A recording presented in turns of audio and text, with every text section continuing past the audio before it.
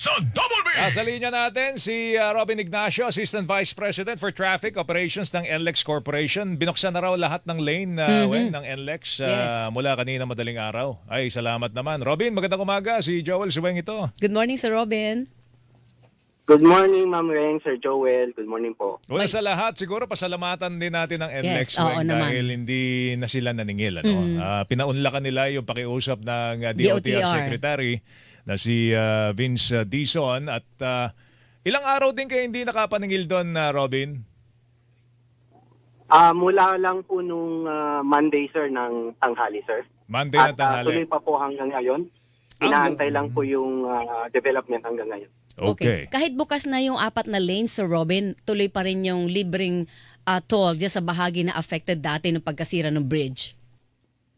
Yes, ma'am. Antay-antay lang po natin yung development and announcement po from So, our probably today din, ibabalik nyo na yung paniningil. Yun ang wala pa po akong info, ma'am, po ngayon po. Wag mo nang madaliin yung yung kalimutan na gawin mo. Hindi ko na minamadali. Para lang ma-warningan natin ang publiko. So hanggang ngayon libre pa rin po although nadadaanan. Kamusta ang traffic ngayon diyan, Robin? Ngayon nadadaanan na yung lahat ng lane ng NLEX. Oh. Yes, sir. Simula po kaninang around 1 a.m. Bumilis na po yung daloy ng traffic natin at tuloy-tuloy nga po na fast-moving yung ating traffic. Open lanes na po tayo lahat. At meron lang pong metal pole support na nilagay para po tuloy-tuloy na maayos yung curing po ng cement na ginamit po dito sa repair. Hanggang kailan yung metal pole support na yan, Sir Robin? Ang tansya po ay hanggang itong weekend po. Okay, so pag natanggal na yan, ibig sabihin maayos na yung bridge, wala na magiging sagabal palalo sa flow ng traffic sa NLEX northbound. Tama po, ma'am. Kasabay na rin po yung matapos din po yung pag-repair ng pavement sa ibabaw po ng tulay. You're ahead of schedule kayo Oo. Robin? Dito sa pagkukumpuni ng Yes, tulay sir. na yan. Opo, nakatulong. Malaking tulong po yung maaga, mabilis na fabricate po yung metal beam na kinailangan i-replace po doon sa ilalim. Okay, ang tanong ko na lang ngayon kasi may iwasan ba natin sa mga susunod na mga pagkakataon na mangyari uli? Yun nangyari na nasabitan ng truck na mataas ito. Itong tulay na ito. Paano natin may iwasan mangyari ulit yun, Robin? Ayun po yung ating hangarin po ngayon, sir. Kaya nag-intensify na po kami ng pag-monitor, pagharang po nung mga matataas na truck at saka yung kanilang load. Naglagay na po kami ng mga gantries dito sa mga lanes na dapat na hindi nila daanan para mas mabantayan po namin yung lanes na allowed po sila at ma-measure po namin yung actual na height. Kung hinihinala kung mataas po yung kanilang height. Okay, hindi lang naman height, pati ba tonnage binabantayan din dyan sa NLEX?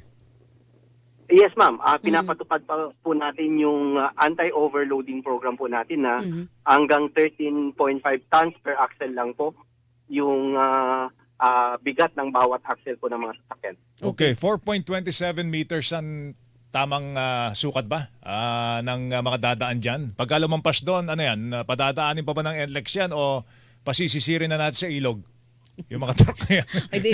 Tama po kayo. Itadivert. Huwag mo pasisirin sa ilog. Paano gagawin Tama natin? po, sir. Mga 4.27 po yung maximum height as of now na allowed po dito sa kahabaan ng NLEX. At yun nga po, yun intensify natin na yung mas mataas po dito, i-ensure po natin na hindi makapasok para hindi po magkakaroon ng pangamba yung ating mga bridges at saka overpasses. Paano kung along the nakapasok na expressway. mismo sa NLEX? Paano yung idadivert? Ang lalayo ng exit dyan, Oo nga, di ba? paano nga pala Ang yun? hahaba Oo. ng exit nyo eh. Opo. Meron pong mga exit na mas mataas naman po yung clearance. So, pagka ganun, kailangan may escort na po talaga para ma-ensure na hindi po siya sasabi. Ine-escort nyo. Oo, Kung ang sige, height, para matakas. ang height limit is 4.27 meters. Gaano katataas yung mga bridge dyan? Dyan sa NLEX, Robin? Anong clearance pa Opo, nun? yung pinakamababa nga po natin, yung pinakamababa nating height clearance ng bridge ay isa po nga itong Marilao Bridge mga 4.5 meters po yon. Yung iba medyo mas matataas naman po, pero So na may po clearance pa pinakamababa rin, po. no? May clearance pa rin, hindi siya kumbaga madaanan man weng ng mataas na truck. May clearance pa rin doon kasi iniiwasan natin baka meron pa rin chance na sumabit eh. Yun po, kaya 4.27, may konting allowance pa po yan para kung medyo tumalbog man umano yung sasakyan, hindi pa rin po sasabit ito sa ating mga tulay. Wala bang plano na itaas na lahat ng mga bridges dyan para lahat na pwedeng dumaan kahit halimbawa yung 4.9 na sumabit, pwede accommodate si Robin? Eh, Or pwede ba dapat na? ba Yan. DPWH o LG yung gumawa nun? Gawin na natin yung Sky Bridge. Yun, Skybridge. opo, ang pagkakalam ko, mm. pinag-uusapan naman po yan na kailangan i-upgrade na po talaga itong ating mga bridges, yung ating mga overpasses in such a way na compliant na po sila sa bagong code po ng DPWH. Kasi mga lumang tulay na po ito, so kailangan nga po ay ihabol na po sa compliance. So sino ang dapat gumawa nun? DPWH, NLEX, or LGU? Ayun po yung pinag-uusapan po, ma'am, kung sino-sino po yung... Actually, Weng, yan eh. May height limit bagamat- talaga dyan eh. Yes. May height limit. No? Oo. Kaya lang ang problema mo, meron talagang driver na matigas ang ulo. Totoo yan. Katulad no sumabit. Sumabit na yan, di ba? Ang tigas ng ulo. Hindi nga natin, ano ba, wala ba tayong naririnig yata sa LTO kung ano ba ang gagawin dito sa driver na ito? O kaya Pero sa... alam ko, nasampahan na nila ng kaso, ng Jo. kaso. Oo. Kasi damage to property. Yes, oo. Pero may yan, ang laking sinira. Ang laki ng inabala nitong pangyayaring ito. No? Usually, dapat ba may tao dun sa inyo? May checkpoint? Meron daw. May Di ba, checkpoint Sir na. Robin? Opo, meron po. Meron po, sir. Ano panukat kaya lang ninyo, nga po, sa Sir dami ng Robin? lane. Paano susukatin yung taas niyan? May panukat ba tayo? Meron po kaming metering sticks po na ginagamit pag meron naman po tayo naka-install ng mga detectors ng height po, ano. Mag-a-alarm po ito pagka mataas po sa 4.27.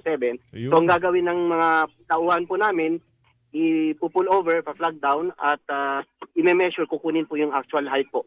Kung mataas nga po nung 4.27 yung height, ito po ay i-reroute o i-divert po sa mas matataas na na clearance. Alright. Escorted pa. Escorted? Escorted pa. Biruin mo yan ang resources na nasasayang dahil dyan sa mga pasaway ng mga driver na yan. Anyway, sige. Ang nakahambalang na lang dyan yung mga pole. Kailan ba mawawala yung mga pole dyan, Sir Robin? Ine-expect po natin, sir, na hanggang weekend na po ito, hanggang matapos po yung curing at saka yung repair po ng pavement sa ibabaw ng tulay. Ayan, kasi minsan di rin natin maiwasan. Baka merong makatulog na driver. Madali naman yung pole. No? Totoo yan. So, weekend, tatanggalin na po itong pole na ito. So, totally, wala na po. Makiklear na po yan by Sunday. Oo, pero pag may makulit pa... Yes, sir. Hopefully po, malinis na po sa area. Curious lang ako dun kasi natanong natin kanina, sabi niya pag medyo mataas, di ba ine-escortan at dinadala doon sa medyo mataas yung clearance. Ay paano kung yung napasukan nga niya si Robin ay mababa yung clearance? Paano yung paatrasin nyo ng NLEX, palabas ng NLEX? Yun nga. To the next- Yun po yung hanapan natin paraan. Kailangan lang po talagang hindi na siya makatuloy, ma'am. Pwede rin paatrasin or i-guide na lang po siya na i-U-turn. Opo. Pero yun nga, malaking abala po pag ganun. Kaya at this point po gusto kong sabihin din po sa ating mga truck owners, yung mga trucking business owners, mga drivers ng truck, na sana po mag-comply na para hindi po tayo pare-pareho nahihirapan. O same manner na kayo, nag-effort kayo ng ganyan. Yung mga truckers naman, yung mga kumpanya na bagit mo si Robin, kayo mismo magpulis ng sarili yung negosyo, di ba? At Totoo na inyong yan. sektor, hindi yung okay lang mag-deliver kayo kahit sumabit-sabit kayo sa bridges dyan sa NLEX. Di ba? Kailangan may disiplina mismo sa company eh. Meron bang multa? Yes, tama po, ma'am. Pinagbulta nyo ba? O sino ba dapat magbulta dyan, Weng? LGU ba? Doon sa nangyaring paninirang ito? Ano po yun? Sa amin po, yung pong na-file na kaso po. Yun po yung nag-file kayo ng inaantay kaso? nating, may process. Opo. Okay. Robin, salamat. Last question ko na lang, sige. saan po pala nangyayari yung sukatan? Sa labas ng NLEX o nakapasok na ng NLEX? Dito po sa may bago pumasok ng NLEX yung sa ibang area. Pero halimbawa dito sa Balintawak po kasi, Oo. wala naman po tayong area magsukat doon sa EDSA. So dito na po sa loob ng after ng Balintawak Tortasa. Pero meron po kasing way na pagka po matasya, palalabasin po pang Pamindanao. Okay. Oh, Alright, malaking sige. abala nga yun si Oo. Robin. Oo. Baka namin yung mga development. The meantime, Robin, sana matagal pa kayong mabigyan ng ano tawag dito, Weng, ng advice kung kailan tatanggalin yung libreng Oo. toll dyan. Oo. Ako, Gusto yung diretso antay-antayin ng na lang Holy po natin, Sir Ray. Thank you, Sir Robin. Salamat, Robin. At Thank you. Salamat Congrats po. po. Magandang umaga po Morning, ulit sa morning, inyo. Thank you. po. Yan, okay. Salamat mga din sa kapuso. NLEX. Thank you, Tapos thank nyo you nang sa mabilis NLEX. ang inyong Salamat. trabahong dapat gawin. Oo. Kasi malaking Hilingan, walang pinoprotektahan.